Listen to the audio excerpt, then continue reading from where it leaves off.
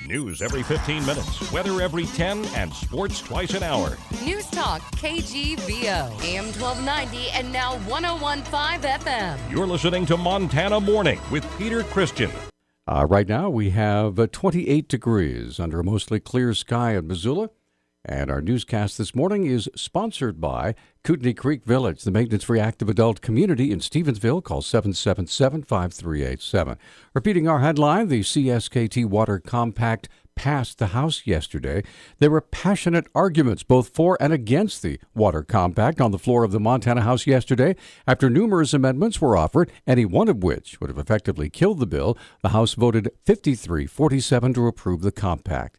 The debate lasted over 3 hours. Speaking against the compact, Republican Teresa Menzella. Private property values will be destroyed. This will go to court either way, so the argument that we have to pass it to avoid costly litigation is completely invalid. And when it does, I believe it will be found to be a regulatory taking and deemed unconstitutional. Democrat and tribal member Ray Peppers became emotional when proclaiming what good neighbors the Indian peoples had been to settlers through history and especially to their neighbors on and off the reservation. The Flathead tribe gave up a lot more than they should have in this compact, because they were mindful of the people off the reservation. They were mindful of the irrigators. They were mindful of everybody who's affected by this.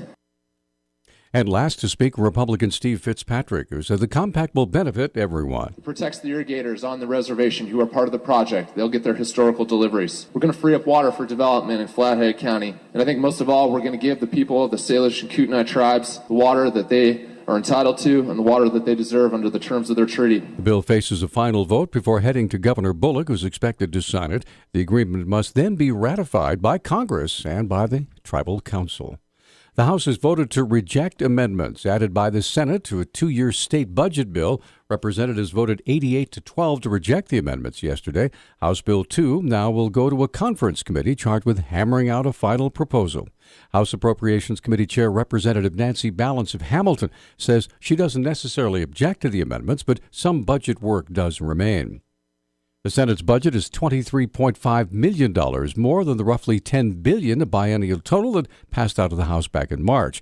It also includes $24 million in supplemental funding to backfill the current state budget that was killed in a rare move by the House.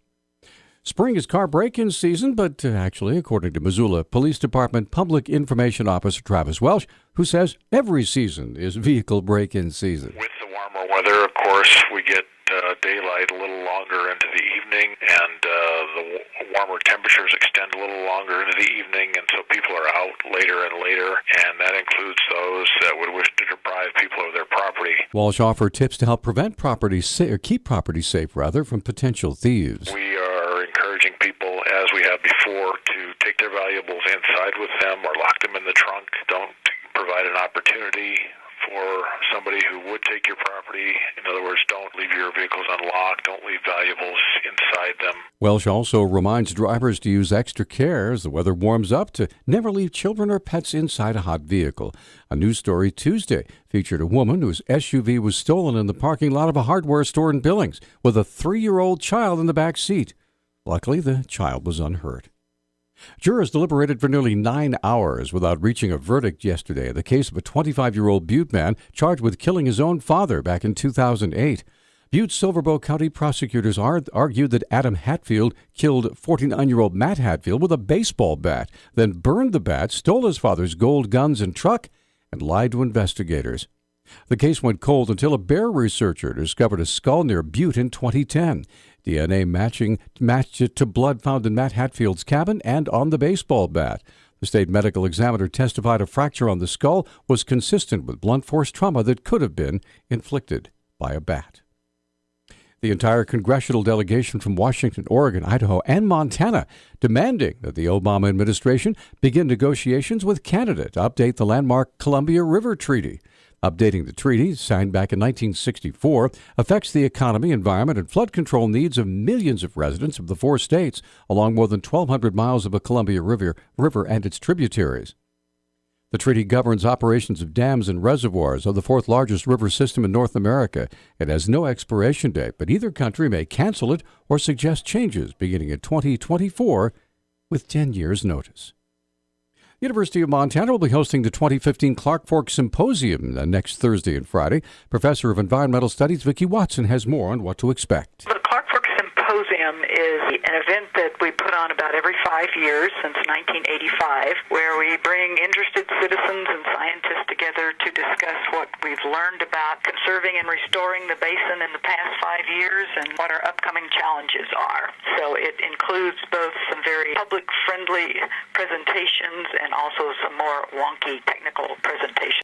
Watson says the symposium will begin with the Water Supply Outlook Forum, featuring reports from the National Weather Service, Geological Survey, Department of Agriculture, and operators of reservoirs. We've been seeing more things trending positively than trending negatively. Partly that's because of the tremendous amount of work people have been putting into restoring the upper river, in particular, the state natural resource damage program, doing a lot of restoration work up there and wrapping up the final Superfund projects in the upper. And they're just coming to report on what they've been doing and what improvements they're seeing and what they hope to do next. The symposium will be at the Holiday Inn downtown in Missoula. If you'd like more information, visit our website at newstalkkgvo.com.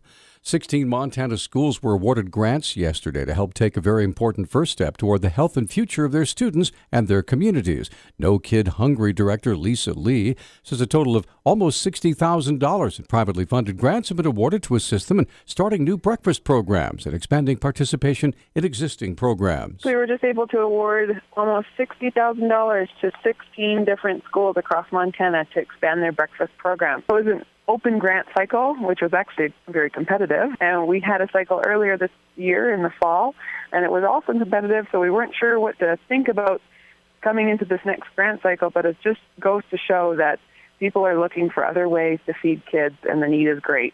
Lee says most schools that received the grant already had food programs in place, but they're expanding it to a more effective alternative style. And some schools that were awarded grants include Stevensville Elementary, Billings West High School, and Browning Middle and High Schools. News Talk time now is 6:12. News Talk, KGVO. Missoula's official weather station. A little bit of a chilly start this morning, but we will warm up very nicely. Plenty of sunshine in your forecast for today, and we will end up with a high in the lower 60s. I'm meteorologist Matt Gray for KECI 13, your first alert station.